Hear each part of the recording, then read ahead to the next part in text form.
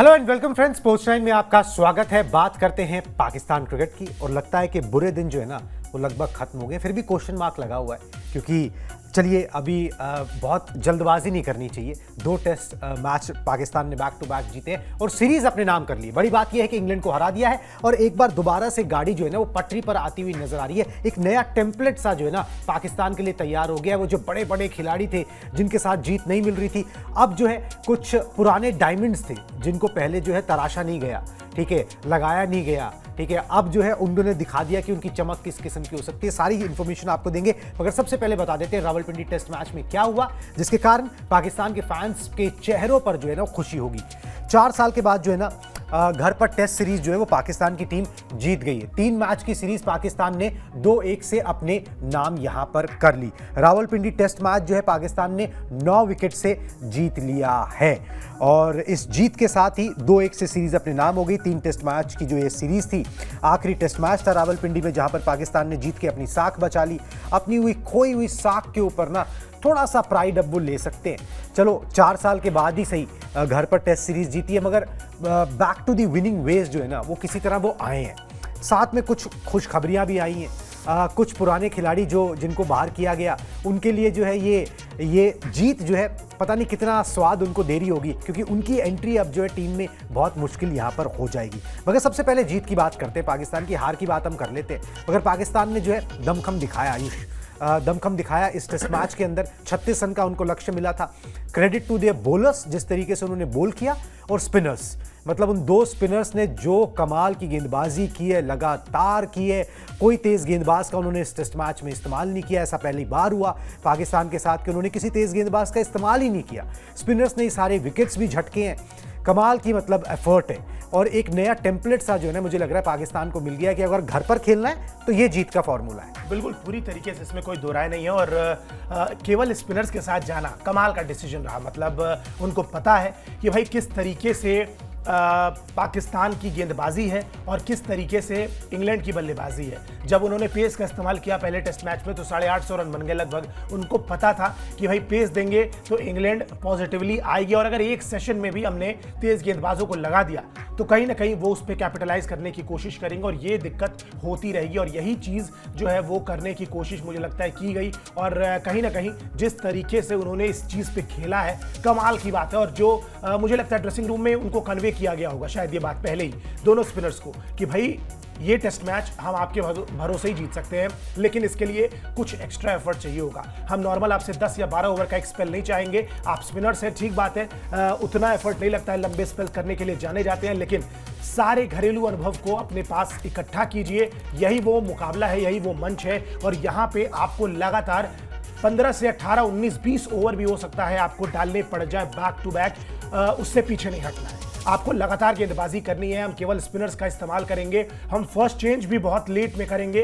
जाहिद महमूद को बहुत देर के बाद बुलाया गया है फर्स्ट चेंज के रूप में। जिस तरीके से गेंदबाजी की दोनों स्पिनर्स ने पूरी तरीके से हैट्स ऑफ। और इंपॉर्टेंट क्या है, चलिए स्पिनर्स ने अपना काम किया। इंग्लैंड की टीम तो कभी से स्पिन बेहतर खेलने के लिए नहीं जानी जाती है और वहीं पे एक बार फिर से जहां भारत में फंसे थे वहीं एक बार फिर से एशियन कंडीशन में फंसते नजर आए, स्पिन के सामने फंसते नजर आए और उनके पास कोई भी काउंटर अटैक या जवाब नहीं नजर आया।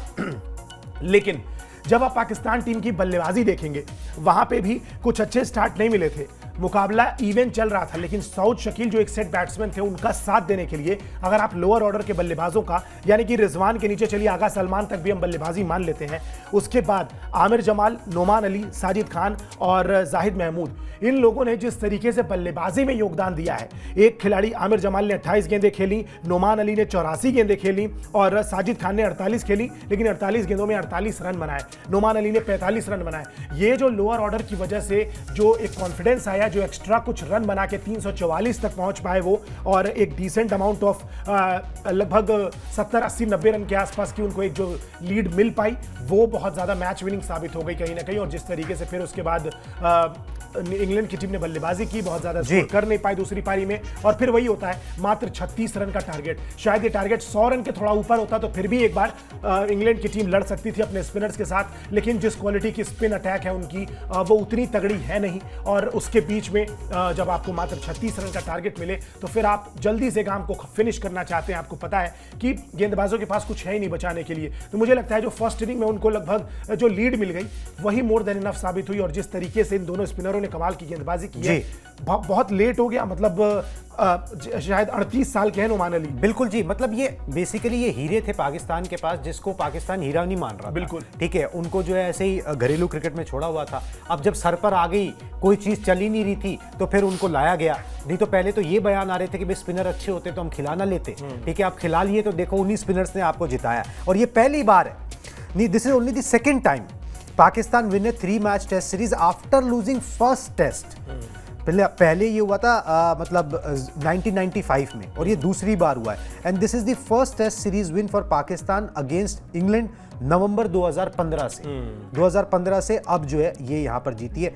First home series win for Pakistan 2021 से 4 टेस्ट सीरीज बीच में हारी है लगातार बैक टू बैक। यहां पर पाकिस्तान ने उस तरीके का परफॉर्मेंस रहा है। साउद शकील की तारीफ जो है ना शान मसूद ने भी की है, बाकी सब लोग भी कर रहे हैं। हीरा मिला उनको ये भी, ठीक है, मतलब आप ये समझिए अपनी पारी में 70 सिंगल उन्होंने लिए। बिल्कुल हार्ड वर्क करना इसे कहते हैं। टेस्ट क्रिकेट में हार्ड वर्क इसी तरीके से किया जाता है, जब आप ना भाग भाग के लेते हो। विराट कोहली का भी एक दौर था, भाग भाग के सिंगल्स डबल्स लेते थे, और उससे क्या होता है ना, विरोधी टीम जो है ना वो टीयर डाउन होती है। ठीक है, ये चीज होती है कि हमेशा आपको वो बड़े शॉट्स, वो एक्सपेंसिव ड्राइव्स वो नहीं लगाने होते। कई बार आपको ना खूंटा गाड़ना पड़ता है। वो खूंटे गाड़ने की जो कला है ना, अब इंग्लैंड वो खूंटा गाड़ना नहीं जानता है, वो बेसबॉल खेलना जानते हैं। भैया मारो चौके छक्के, मतलब हर गेंद पे चौका कैसे लगाया जा सकता है, उस तरीके की क्रिकेट। मगर कई बार टेस्ट क्रिकेट में ना जब इस तरीके की विकेटें होती हैं, जब इस तरीके के हालात होते हैं, खासकर आप उपमहाद्वीप में खेल रहे होते हो, तो आपको खूंटे गाड़ने पड़ते हैं। जो खूंटा गाड़ जाता है वो अपनी टीम को क्रेडिट दे जाता है। यहाँ पर Saud Shakeel player of the match बने, उन्होंने खूंटा यहाँ पर गाड़ दिया। इस तरीके की परफॉर्मेंस पाकिस्तान की यहाँ पर रही है। अब एक बात तो है, इस परफॉर्मेंस पे और थोड़ी सी बात करते हैं, फिर वो दिग्गजों पे आ जाएंगे। इस परफॉर्मेंस में शान मसूद ने बोला कि भाई London buses come together back to back. तो वो हुआ क्या कि भाई एक टेस्ट मैच जीते तो एक बस के पीछे दूसरी बस आ गई, और हमारी जो है गाड़ी यहाँ पर चल निकली है। मगर पाकिस्तान को चलो एक टेम्पलेट भी मिल गया कि किस तरीके से अब आप स्पिन का जाल बुन के जो है किसी जो भी खेलने आएगा उसको यहाँ पर फंसा सकते, नहीं तो बाकी कोई चीज़ें चली यहाँ पर उनकी है नहीं। पाकिस्तान के लिए साजिद खान और साथ में नुमान अली, ये दो स्पिनर्स ये नई कहानी लिख रहे हैं भाई। ठीक है, ये नई कहानी लिख रहे हैं और ये दिखा रहे हैं कि भाई आपको जो है ना उन खिलाड़ियों पर भरोसा जताना होगा जो डोमेस्टिक क्रिकेट में अच्छा करते हैं। आप उनको दरकिनार नहीं कर सकते, उनका नाम ना हो, उनको आप मौका दोगे तो फिर वो काम करके दिखाएंगे। ये चीज़ जो है ना वो लग रही है। पाकिस्तान क्रिकेट बहुत ही ज़्यादा बैड शेप में, ऐसा नहीं कह सकते 2 जीत के बाद सब कुछ ठीक हो गया, नहीं हो गया। बहुत सारे सवाल हैं। अब आप विदेश जाओगे, साउथ अफ्रीका टूर करना है पाकिस्तान को, वहाँ पे दुनिया भर की मुश्किलें आएंगी। मगर ये बात है कि भाई ट्रैक पर टीम ना कहीं आती नजर आ रही है। और जीत जो है ना आयुष, वो क्या होता है ना, टीम को एकजुट करने का भी काम करती है। वो सारी चीज़ें जो गलत थी वो एकजुटता आती है। जब चीज़ें अच्छी चल रही होती है ना तो फिर लोग एक दूसरे से ना उतना भिड़ते नहीं है, फिर लोग आपस में एक साथ मिलकर काम करते हैं कि भाई देखिए सबका भला तो तभी है जब जीत मिलेगी। तो ये जीत जो है ना, ये पाकिस्तान के फैंस को, पाकिस्तान की क्रिकेट को और पाकिस्तान क्रिकेट टीम को जो है ना बहुत राहत पहुंचाएगी। जेसन गिलेस्पी तो थोड़े दिन पहले बड़े निराश थे, वो भी राहत की सांस लेंगे भाई चलो कोई तो टेस्ट सीरीज जीते। बिल्कुल ठीक बात है। और इसमें देखिए जीत हमेशा एक ड्रेसिंग रूम के माहौल को, वन नेशन स्पोर्ट कहा जाता है पाकिस्तान, उनके पूरे देश के माहौल को बेहतर करेगी, इसमें कोई दो राय नहीं है। और देखिए मतलब जिस तरीके से खिलाड़ियों ने अपना योगदान दिया है, जिसकी जहां पे इंपॉर्टेंस है, जब यही ये होता है क्रिकेट, यही होती है टेस्ट क्रिकेट, जहां हॉर्सेस फॉर कोर्सेज हम जिनको बोलते हैं, जिसका जहां पे जो काम है वो काम करिए। विदेशी दौरों पे फास्ट बॉलर्स की अहमियत बढ़ जाएगी, वहां उनकी फिटनेस टेस्ट होगी, लंबे लंबे स्पेल्स करने होंगे, वहां पे उनका योगदान है। और शायद आप देखेंगे कि यही जो प्लेयर ऑफ द सीरीज बने नुमान अली और पिछले मैच के man of the match Sajid Khan, और फिर जो ये दोनों स्पिनर्स हैं, इनकी जो जरूरत है वो शायद बहुत कम हो जाएगी वहां के टॉस पे जब ये साउथ अफ्रीका जाएंगे। लेकिन टीम यही होती है जहां पे आपको जिन खिलाड़ियों की जरूरत है उन खिलाड़ियों को आपको मेंटेन करके चलना होता है। और at the end of the day इतने सालों बाद मतलब बहुत अच्छा लग रहा है ये सुन के कि पाकिस्तान ने एक टेस्ट सीरीज जीती है, क्योंकि जिस तरीके से उनका डाउनफॉल शुरू हुआ था,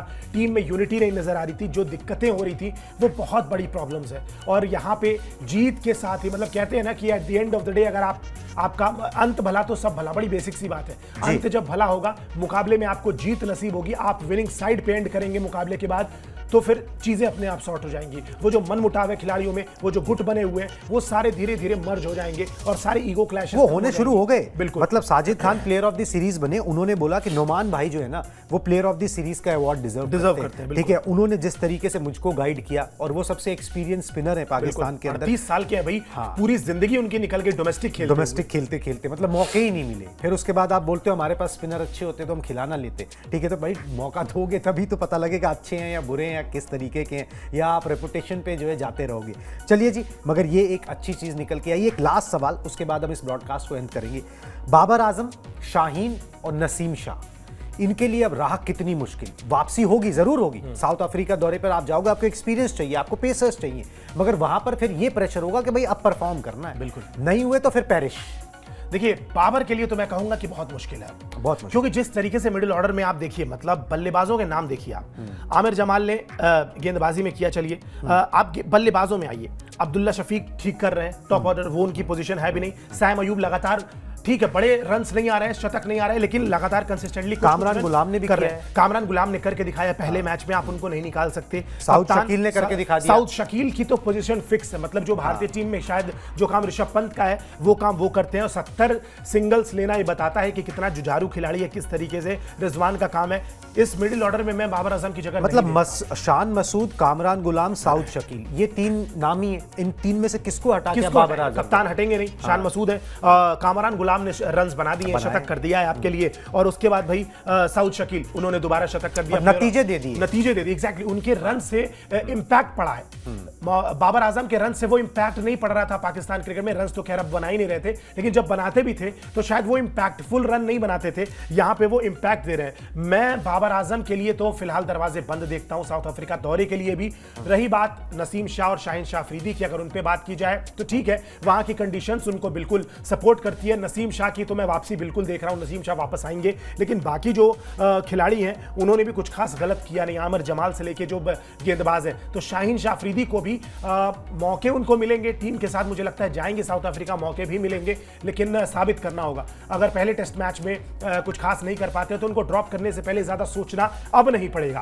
पहले जो स्टार कल्चर था उसको जो ऐसा ब्रेक किया है पाकिस्तान क्रिकेट ने कि उसके बाद और ऊपर से रिजल्ट आ गए, तो अब मुझे लगता है कि इन दोनों की वापसी बहुत मुश्किल है जब तक ये कुछ एक्स्ट्राऑर्डिनरी ना कर दें, या जो करंट सिनेरियो में खिलाड़ी हैं वो आउट ऑफ टच ना चले जाएं, तब तक ये काम शायद मुश्किल है। और इसीलिए हम बार बार कह रहे हैं कि इन दोनों की वापसी मुश्किल है, लेकिन फिर भी गेंदबाजों की यानी कि नसीम शाह और शाहीन शाह की वापसी फिर भी हो सकती है। मगर एक साउथ अफ्रीका का अच्छा कल्चर बाबर की नहीं है, अच्छा कल्चर शुरू हुआ। बिल्कुल, ये नहीं कि भाई यही नाम है, यही करेंगे, मरो इनके साथ, जियो इनके साथ, वो वाला नहीं। अब ये है कि भाई आप ऑप्शंस तलाशो, वो ऑप्शंस आपको जीत दे सकते हैं, आपको एक नई दशा, नई दिशा दिखा सकते हैं। ये इस टेस्ट सीरीज ने जो है वो साबित यहाँ पर जरूर कर दिया, जो बहुत इंपॉर्टेंट है पाकिस्तान के लिए। चलिए जी, इस ब्रॉडकास्ट में अभी बस इतना ही। अब मुझे और आयुष को दीजिए इजाजत। Tata, bye bye.